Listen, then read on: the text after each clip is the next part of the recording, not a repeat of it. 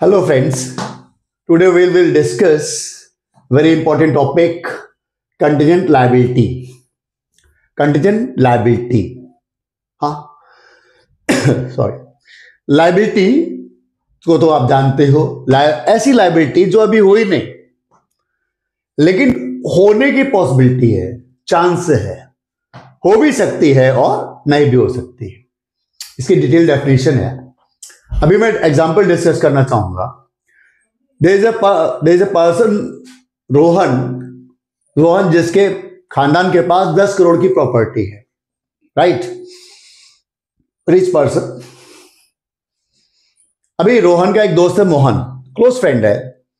मोहन उतना रिच नहीं है और मोहन एक बैंक में जाता है, कहता है जी मुझे लोन चाहिए, मुझे बिजनेस के लिए लोन चाहिए, एक हैवी लोन चाहिए। कितना लोन? जी 12 करोड़ रुपए का। बैंक कहते हैं जी ठीक है जी, कुछ मॉर्गेज करो। भाई मॉर्गेज के लिए तो मेरे पास कुछ नहीं है, मैं तो इस शहर में नया हूं जी, फिर लोन नहीं मिल सकता जी। ठीक है, बैंक कहता है एक काम कर लो, कोई आपकी गारंटी दे सके तो गारंटी दिलवा दो। मोहन कहता है जी ठीक है जी, गारंटी दिलवा दो। वो रोहन के पास आया और रोहन से कहता है कि भाई तू गारंटी दे दे। अब दोस्त के लिए वो गारंटी दे देगा, उसने क्या कहते हैं, उसने कहा ठीक है जी गारंटी देता हूं। रोहन ने 10 करोड़ के प्रॉपर्टीज जो उसके पास थी, उसने 12 करोड़ के लोन की गारंटी दे दी। उसने कहा जी ठीक है, कल को अगर ये लोन पे ना कर पाया then I will fulfil the guarantee. Guarantee हो गई जी, बात खत्म हो गई। उसके 6 महीने बाद रोहन की शादी हुई धूमधाम से। लड़की वाले आए, उन्होंने देखा वाह रोहन के पास इतनी सारी प्रॉपर्टीज है, शादी हो गई। नई दुल्हन आ गई साहब, बड़े धूमधाम से। लेकिन दोस्तों आगे की बात, शादी के साल भर बाद जो मोहन है जिसने लोन लिया था वो हो गया इंसॉल्वेंट। अब वो लोन पे नहीं कर पा रहा है, उसके पास संपत्ति भी नहीं है। तो बैंक वाले आए, किसके पास आएंगे बताओ? ऑब्वियसली समझ जाओ, वो आए रोहन के पास, बोले जी ऐसा है। उन्होंने रोहन से कहा जी लोन पे करो। लोन कहां से पे करे? 12 करोड़ का लोन। तो रोहन की उन्होंने सारी प्रॉपर्टी को सीज कर लिया और नीलाम करवा दिया जी, और अपने 10 करोड़ रुपए 12 करोड़ रुपए में जो भी रिकवर हो सकता था वो कवर कर लिया। अब बेचारे रोहन और उसकी वाइफ जी रोड पे आ गए खाने के लिए, जी बाबू दे दे।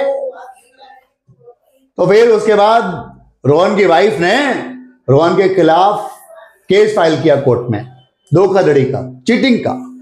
आप मुझे बताइए यहां पर रोहन से चीटिंग कहां हुई? Where is the cheating? सोचो, दिमाग लगाओ, वेयर इज द चीटिंग? हाँ यस, समझ गए ना? चीटिंग है। क्या चीटिंग है बताओ? कि रोहन ने जो ये गारंटी दी थी उसके बारे में अपनी वाइफ को नहीं बताया, धोखाधड़ी है। अब यहां पर मैं आपको बताना चाहता हूं कि रोहन ने जो अपने दोस्त के फेवर में जो गारंटी दी, that is called is contingent liability, guarantee given on behalf of third party.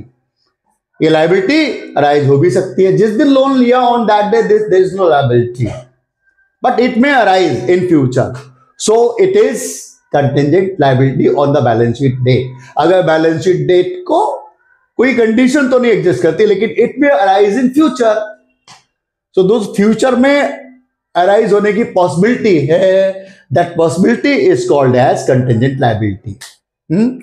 तो कंटिजेंट लायबिलिटी के और भी एग्जांपल हो सकते हैं, वो आप अपनी बुक से देख सकते हैं।